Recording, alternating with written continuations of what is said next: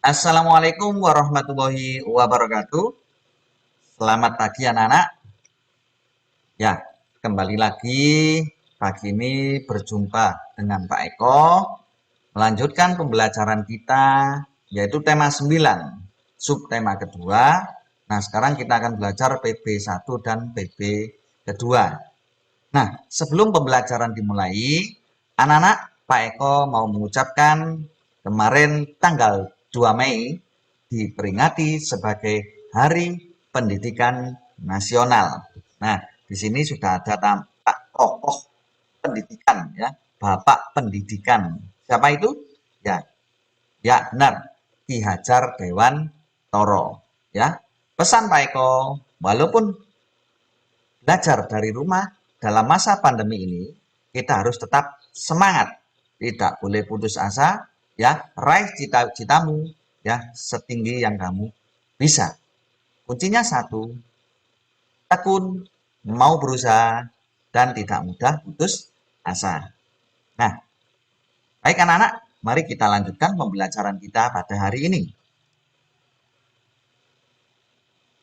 Nah, kita akan belajar pemanfaatan sumber daya energi. Ya, sumber daya energi yang kita ketahui itu banyak sekali. Nah, ini saya contohkan, ini sering kamu jumpai ya, di dapur kamu pasti kamu melihat yang namanya tabung gas LPG. Ya, ini tabung gas LPG ini atau gas LPG ini merupakan sumber daya energi yang dimanfaatkan untuk kebutuhan sehari-hari, untuk masak, ya, kemudian untuk pokoknya kebutuhan rumah tangga, ya anak-anak ya. Nah, sekarang yang menjadi pertanyaan anak-anak ini, dari manakah gas LPG itu berasal? Ya, dari mana ya asalnya? Yuk kita pelajari. Nah, gas LPG itu berasal, awal mula adalah berasal dari pengeboran minyak bumi. Ini ya, pengeboran di tengah laut, ini ya, proses pengolahan minyak bumi. Nah, pengeboran ini sangat dalam anak-anak di tengah laut ya.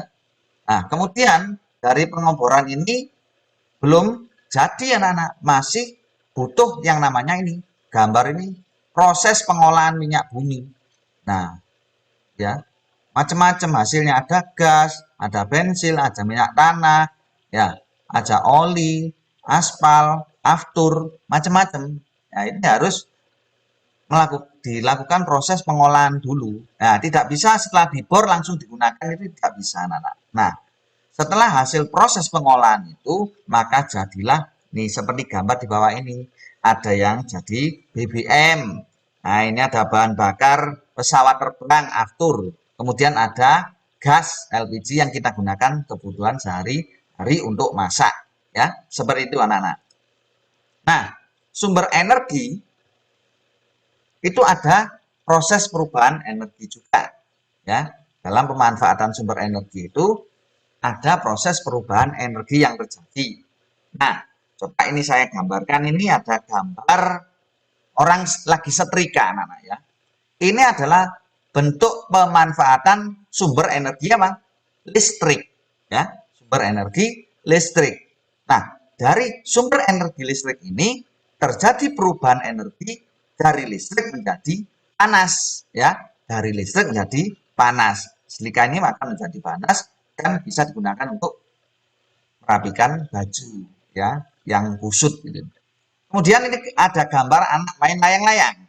Nah, dari mana sumber energinya? Dari angin. Nah, proses perubahannya apa?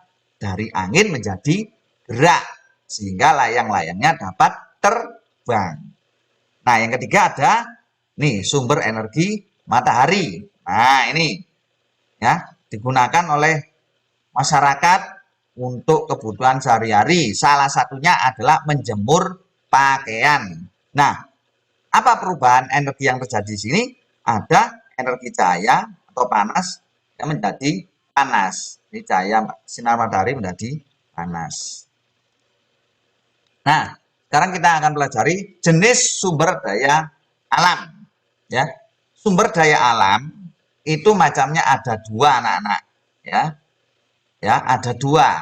Kalau dulu dapat diperbarui dan tidak dapat diperbarui. Nah, kali ini yang kita pelajari ada yang namanya sumber daya alam hayati.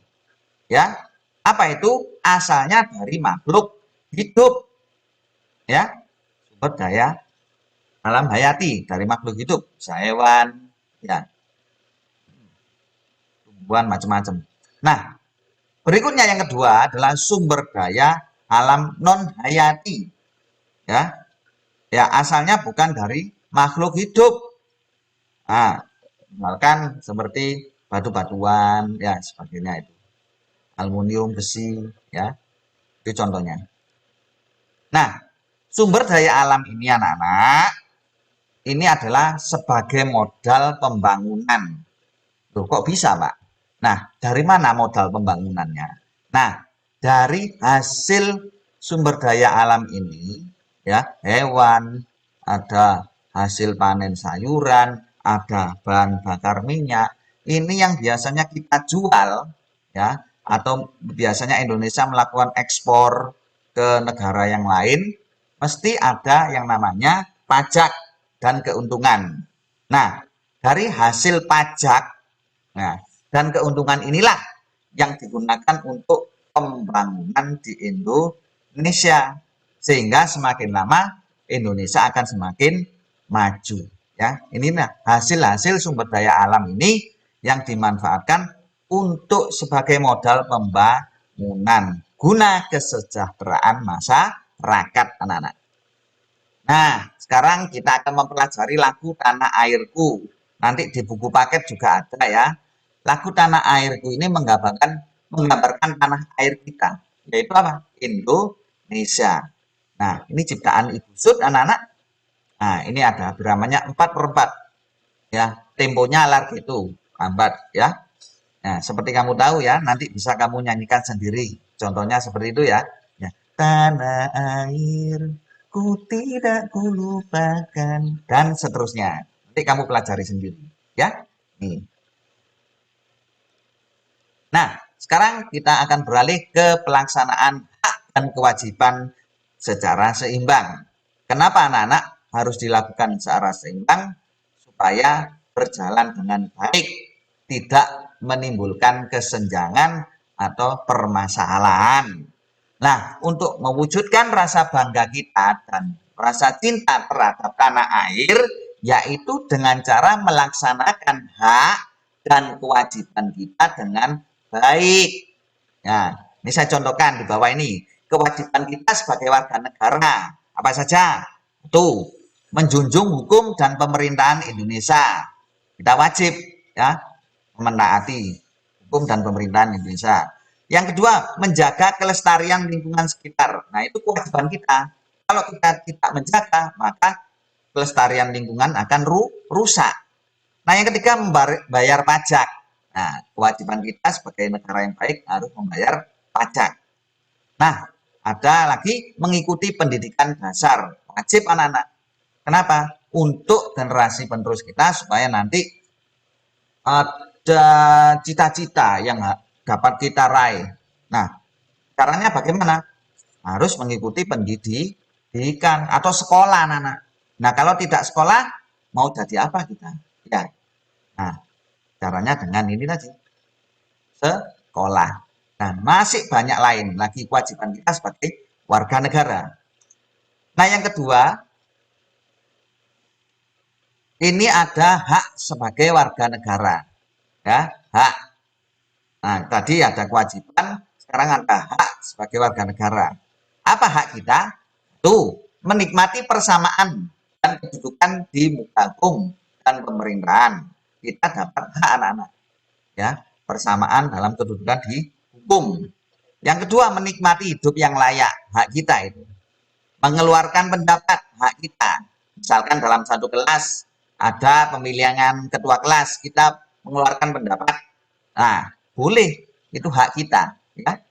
Kemudian bersama dan beribadah, hak kita itu.